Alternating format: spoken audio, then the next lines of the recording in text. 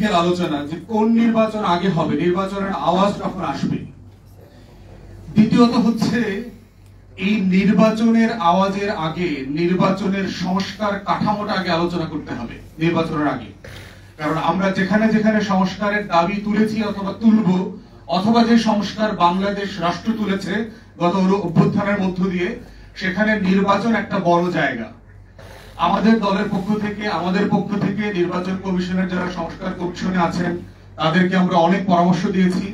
Sadly অনেকগুলোই আমরা দেখেছি তারা ইগনোর করেছেন। তারা গত পুরাতন আমলের সেই লুটপাটের ইলেকশনটা জারি রাখার জন্য কিছু কাটপেস্ট প্রস্তাবনা দিয়েছেন।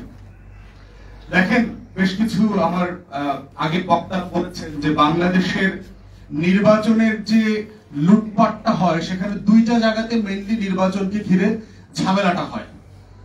একটা হচ্ছে আপনার প্রার্থিতা বাছাই, আপনি দল কিভাবে কাকে প্রার্থী হিসেবে নমিনেশন দিচ্ছে, এইটা মোটা দাগে একটা বড় জায়গা যেখানে দুর্নীতি, লুটপাট এবং হিউজ হাজার হাজার কোটি টাকার বাণিজ্য হয়। দ্বিতীয় জায়গা হচ্ছে ইলেকশন ক্যাম্পেইন, যে ক্যাম্পেইনটা আসলে কিভাবে অপারেট করা হয়। এখন দেখেন, আমরা সবাই জানি যে একটা ইউনিয়ন পরিষদের চেয়ারম্যান, মেম্বার, উপজেলা পরিষদের চেয়ারম্যান হবার জন্য আপনার কোটি কোটি টাকা দলগুলোকে দিতে হয়েছে আগে।